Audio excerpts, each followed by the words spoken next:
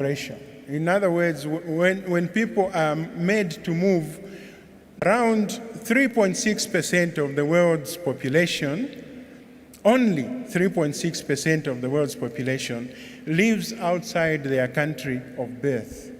So although human migration is associated with all sorts of security and other problems, the majority of people have not left their home country. And those who have left their home country have tended to move next door, as I said, amongst their relatives. So whether it's in Afghanistan, they go to Pakistan or Iran, or in the case of Zambia, Mozambicans and Angolans cross within walking distance of the border, and they remain amongst their own people. Sometimes they've been repatriated at the end of the conflict, and other times they've been assimilated. So you might want to think about that. Which is the more permanent solution, assimilation or repatriation? Or should it be left for the refugees to choose? And in the case of human trafficking, which is closely connected with forced migration, I'll use the US Department of Justice definition, which says, human trafficking is a crime that involves compelling or coercing people to provide labor services or to engage in commercial sex acts. And the Southern African Development Community also uses a similar definition, emphasizing that young women are the most vulnerable to traffickers. However, from my own experience, I've seen that sometimes people approach the traffickers in order to gain access to the greener pastures, which I mentioned earlier. So we tend to see them as victims, but they see the traffickers as merely providing a migration service. Now the question is, why is this migration service not provided by the authorities? Because the gap or the demand for this service has emerged from this perception that certain governments are not on our side, or that the legal authorities put barriers before the migrant rather than facilitating their movement, whether they are migrant workers or even in some cases refugees. And it's not surprising that some of the most strong barriers against working hand in hand with some African governments to try and police this movement. And of course, the emphasis is on the illegal activities because obviously human traffickers can also be drug traffickers and small arms traffickers and so on. That's the experience we have seen in the past. But we shouldn't just focus on those negative aspects because there are some genuine migrants who don't receive the support that they should. In fact, if you look at the refugee statutes, whether from the UN or the Organization of African Unity, now called the African Union, you'll find a more user-friendly approach dating to the end of the Second World War, and also in the African case, to the period of the independence struggle. So, making the attainment of refugee status difficult only creates opportunities for the traffickers. Next slide, please. So, human traffickers and smugglers are linked to slave trading, to arms, small arms trading, and even to terrorism. And I was thinking, in the case of stowaways, I'm sure you've heard of stowaways who go on a ship, not knowing where it's heading, just hoping to get to greener pastures. And in the Southern African case, the most common example we have is of stowaways on intercontinental airliners. So think about it. If a stowaway can get to a jumbo jet so can somebody carrying a bomb. And the airport perimeter shouldn't be so easy to access. But Southern Africans have been recorded in London falling off a plane as it releases its wheels on the line of approach. And the bodies that are by then probably dead fall onto the ground. There has been at least one survivor. To look at here is that security, and I would say defending borders is probably more effective from all. Last slide, please.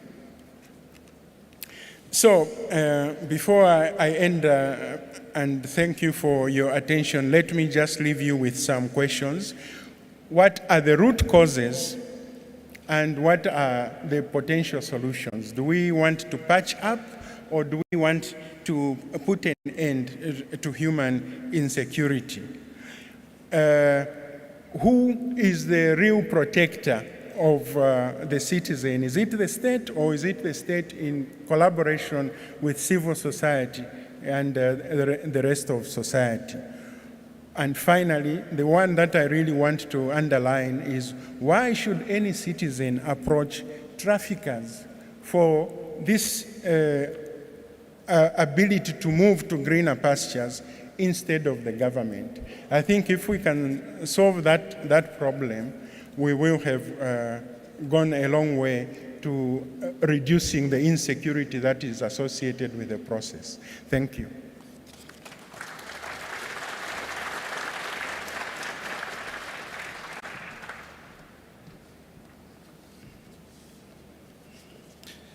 Thank you very much for your kind attention.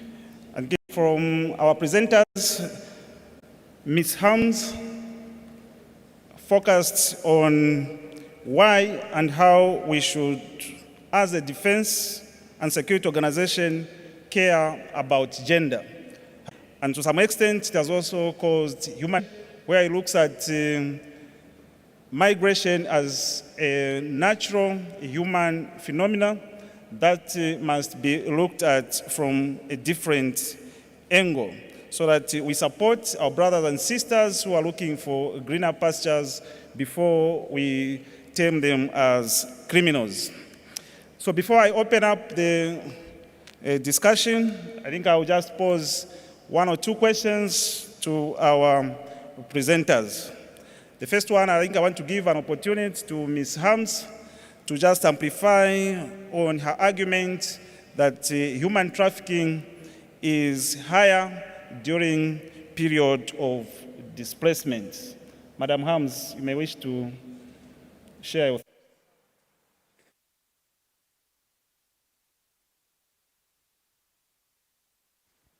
Hello, or in their own community. So they're more vulnerable to being recruited, coerced, deceived, abducted, sold, paid or promised a job for money by traffickers, and then the traffickers will then exploit them. Once a person is in the hands of traffickers, either voluntarily or involuntarily, they're at the mercy of the traffickers. Doubly so because the traffickers often take their passport or have their identity papers, but also because traffickers are usually moving these people across borders illegally. So whether it's voluntarily or not, they have broken laws by entering a third country or another country. So again, during displacement periods when people... Thank you. That the land force commanders should do is to participate in strategic planning sessions to address the root causes of violent extremism. This involves collaborating with other military branches, government, NGOs, and international partners to develop comprehensive strategies that address the social, economic, political, and ideological drivers of violent extremism. The second aspect is to prioritize training programs for troops to enhance their understanding of understanding the dynamics of violent extremism, human trafficking, and migration. This includes education on identifying vulnerable populations, understanding radicalization processes, and employing appropriate intervention techniques. The third aspect I looked at was community engagement. Land force commanders can foster relationships with local communities to gain trust and gather intelligence on extremist activities. By engaging communities, they can identify at-risk individuals, provide support and resources, and counter extremist narratives through dialogue and education programs. The fourth aspect was border security and surveillance.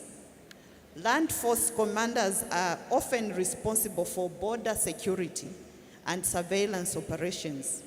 They can deploy resources to monitor and control borders to prevent trafficking of women and children, as well as the movement of extremists across borders. The fifth aspect is humanitarian assistance, and the sixth one is rule of law and justice, and the last but not least is information operations, to mention a few. Thank you. Thank you very much. Professor Owens Johnny, you have lectured when I was doing Defending the national sovereignty. Most of our immigration problem lies with I was working, participating in sports, participating in all the areas of human endeavor. So they are actively involved in non-military activities that enhance the security of the population. However, the state as a whole, in other words, all the different units of the state, do have a social contract with their citizens, with their voters. And that's why I would like us to think, those countries that are secure, those countries that have not had civil wars and have not had mass migration out of their borders, what are they doing right? What have they done right up to now?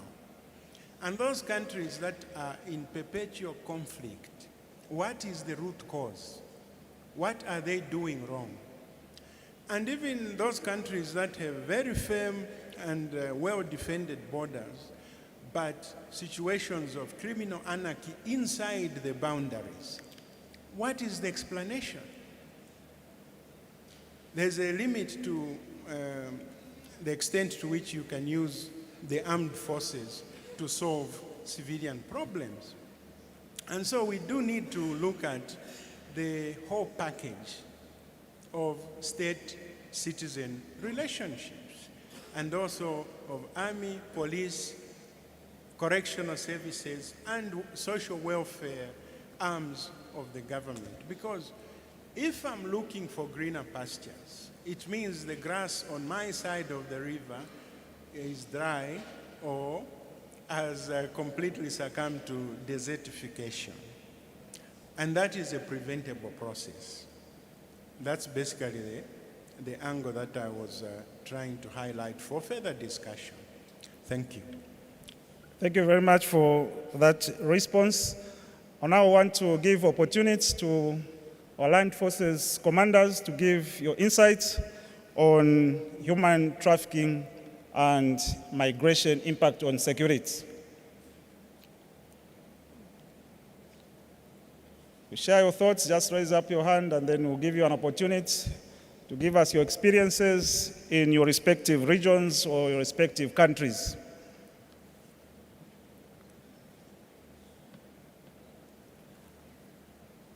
Yes, sir.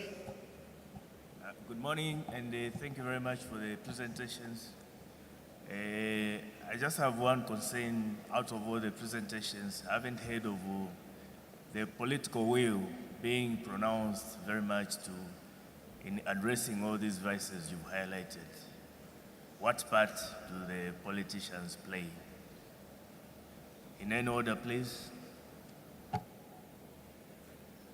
Okay, to the presenters, the question is on the political will. What role do the politicians play, or what role do you expect them to play to fight human trafficking and migration?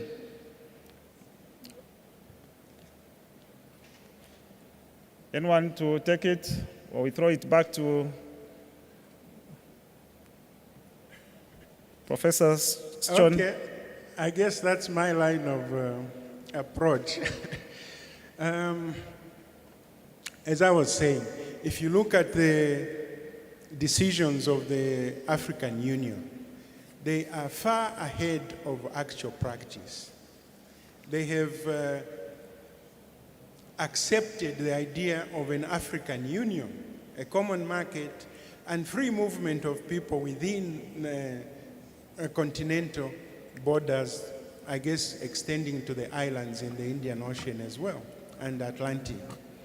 But when it comes to the daily management of this process, which they themselves are the architects of, either they run into bureaucratic or resource hindrances.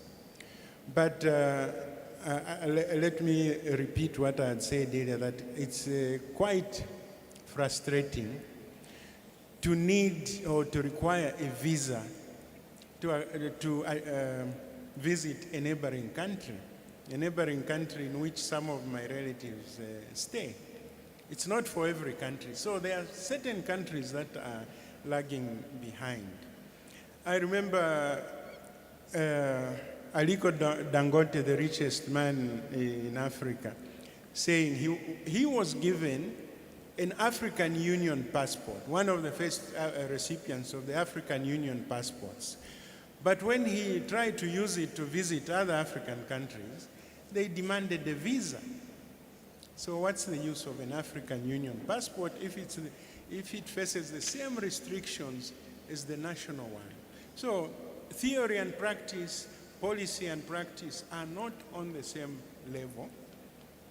And the lack of political will, which has been mentioned, probably is a challenge, but it's not an explanation. Why should there be a lack of political will when we are in agreement that union is good? So I throw that question back to you. Thank you very much for that response. Any other contributions or insights on the topic under discussion? Yes, sir. شكرا الدولة الزامبية والدولة الأمريكية لتنظيم هذا اللقاء، وشكرا للسادة المحاضرون على ما قدموا. أنا بالتواصل مع السؤال الأول، ما هي الإرادة السياسية؟ سؤالي ما هي الإرادة الدولية؟ نعرف أن في كل بقاع العالم توجد منظمات إجرامية، وهي التي تستغل الفئات الهشة في أعمال مثل التهريب بكل أنواعه، مثل الاندماج الإرهاب، مثل التجنيد إلى غير ذلك. وهذا معروف، وحتى الطرق المتبعة وحتى الدول الموجود فيها المنظمات هذه الإجرامية أو الإرهابية، أعتقد من المسؤولية بمكان، إضافة إلى المجهود الوطني لكل دولة، لابد أن يتوفر مجهود جاد وصادق دولي للقضاء على هذه المنظمات التي تهدد أمن البلدان وأمن الشعوب.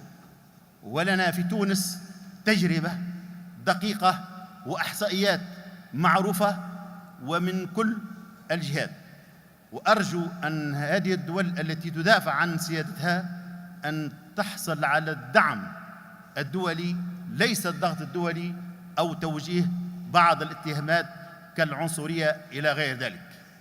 القارة الإفريقية هي قارة وكل الدول إخوة، ونحن متحدون مع كامل القارة الإفريقية، لأن فعلا فيها أكثر الجوانب اللي كنا نتحدث عليها. وشكرا جزيلا.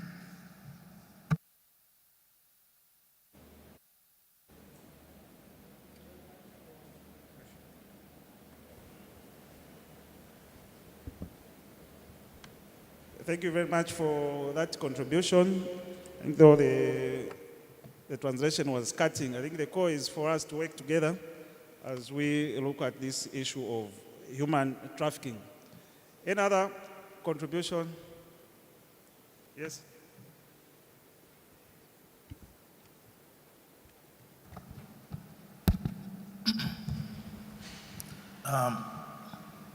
Mine has to do with the aspect of migration and how it adversely affects the issue that borders on security. Migration most times might be positive or negative depending on the gravity of the situation. And it also depends on both the host country and the countries of origin. Over time, we've seen when wars are waged on particular country, we see people fleeing to neighboring countries for their safety and security. But then, over and above all, whilst they are in these host countries, we've realized and observed that they've gone through so many vices. Namely, we talk about segregation, we talk about discrimination, and also the aspect that borders on culture. There are cultural clashes whilst in the host nation. Now, aside from the recommendations that we've had, what are the plausible solutions that host countries should put in place in order to actually ensure that those disadvantages are not being meted out to those that have already gone to those countries for their safety? Because as land component commanders, we are very much concerned about the security implications. So what are the plausible recommendations we can take away from here, considering those negative aspects that the migrants go through in the form of segregation, discrimination, and of course, cultural clashes? Thank you. Thank you very much for your insights. I think the question is on the host nations. When you receive these people we call illegal immigrants, and what is looking for is what are the solutions? How do we handle these immigrants who are already running away from armed conflict, and then they have come into your country? How do you make their lives safe? How do you make them feel comfortable vis-a-vis the cultural differences? If I may, there is a significant and important difference in terms. So illegal migration is one thing, and there's a range of ways to address illegal migration. Refugees have a distinct international status that must be recognized, and there are certain things that the receiving country is actually legally responsible for in terms of international law. And those are the ones that are usually fleeing conflict. If you're talking about migration, that's often voluntary, and there are other ways to address that. So I don't have necessarily the details here, but on the things that you have to do for refugees or people who are fleeing and requesting asylum, there are things that we can talk about in the breakout panel that we can address. Illegal migration, I think, as Owen has said, is a border security thing, and possibly not necessarily a land forces. It's a challenge, but not necessarily your responsibility or not yours alone. I also think that trafficking, and this is kind of the topic here, is a subset of that illegal immigrants, right? And how we address that and how we receive or identify trafficked people is another topic, and how do you help them because they've been exploited and need additional assistance. They're not just fleeing for economic reasons. And so I think that there's a huge conversation that can be had about the different categories and what needs to be done to address each of those as a land forces component. Owen? Thank you. What can I add? Well, legal and illegal is a definition that's important for instruments of the state to work with. However, from my own research on xenophobia in South Africa, when there is a crisis, there's no differentiation between legal and illegal. The focus will be on the foreigner. And after the violence has died down, then the hostile communities might then realize that the shops owned by the immigrants were actually doing a service here. Now that we've expelled them, we don't have an alternative. So the solutions have to be holistic. We need serious behavior change.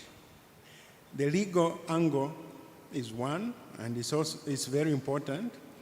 Prevention of illegal migration is more important than control, because once it has been driven underground, I don't think there's any government that can completely prevent it from happening. So, yes, the government has a duty. The society, civil society organizations have a role, and we need to look at it holistically so that we can stop the labeling and the demonizing, which crops up when people start saying they've taken our jobs. If they've taken our jobs, it doesn't matter whether they are legal or illegal. It's resented. And that's really the challenge that we need to look at in terms of changing the way we look at each other. Thank you. Thank you very much for that contribution. Maybe the last contribution before we conclude, as we are running out of time. Yes. Merci beaucoup pour la parole. Je remercie les organisateurs, dont la Zambie qui nous reçoit, ainsi que les États-Unis qui l'ont organisé. Je suis le général-major Edmond Ilunga Mpeko, de la République démocratique du Congo. Ma question se situe au niveau des populations transfrontalières.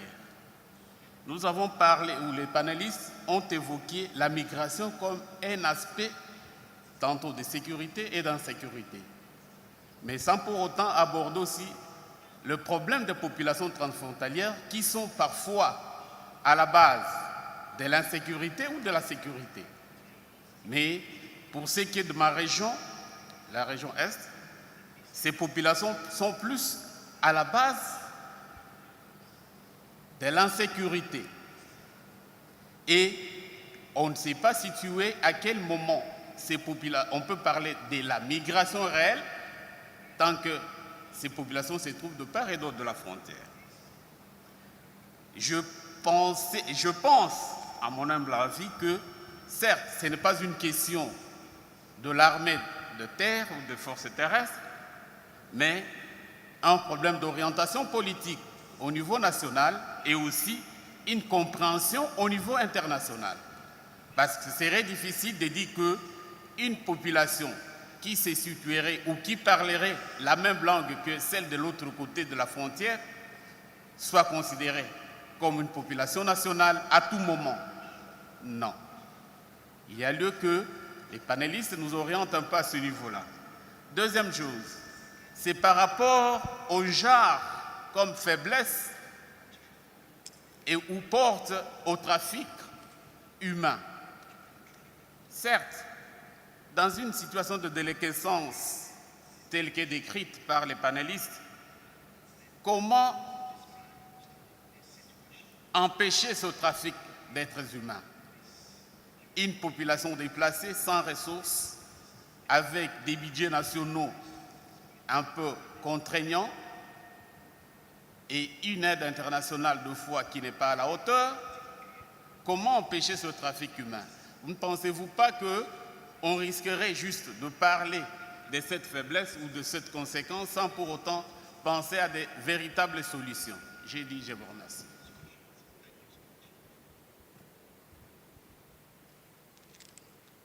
Thank you very much for the contribution. I think his concern is that there are those populations that live along borders and maybe they share culture between those countries.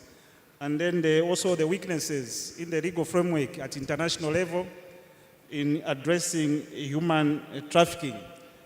His main concern is that if we, from the presentation, we are looking at the problems that the populations are facing without addressing the real issues of what the international community should do to end human trafficking. I don't know whether is anyone who is ready to address that from the presenters.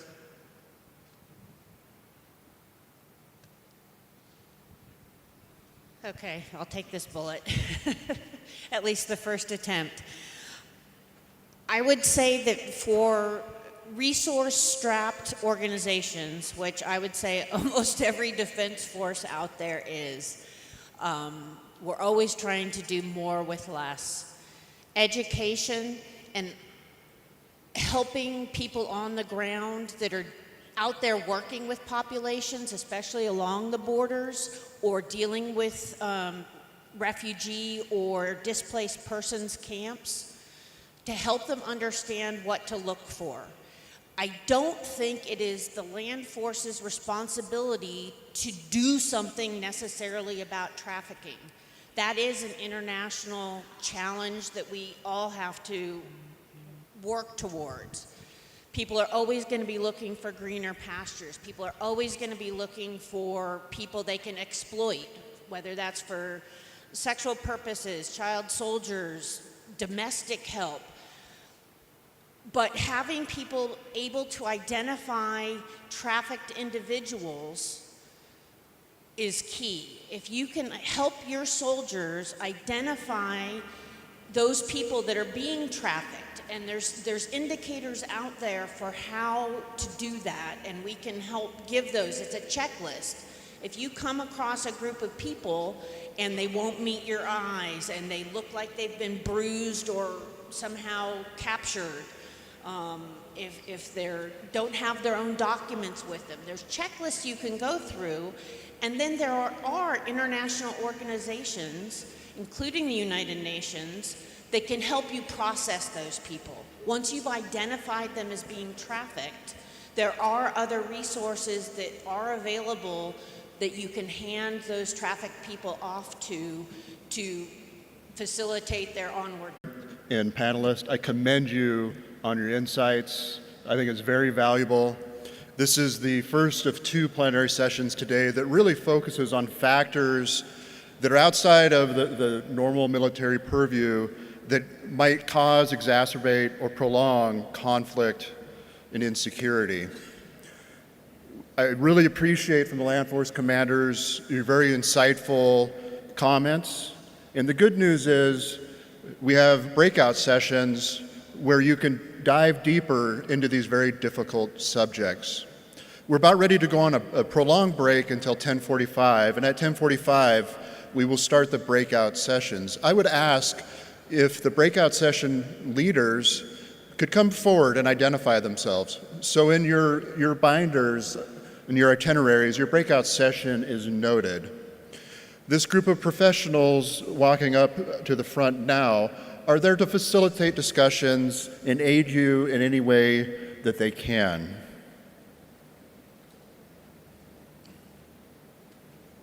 The breakout sessions are going to be in those series of 4 tents just outside the plenary hall. So before I send you on break, once again, thank you for your participation. Thank you, panelists. And if you would, once again, join me in a round of applause for this excellent start.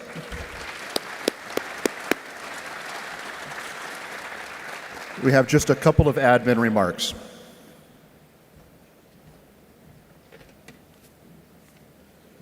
Thank you, ladies and gentlemen. Just a few admin remarks. The first is just a reminder from our security team.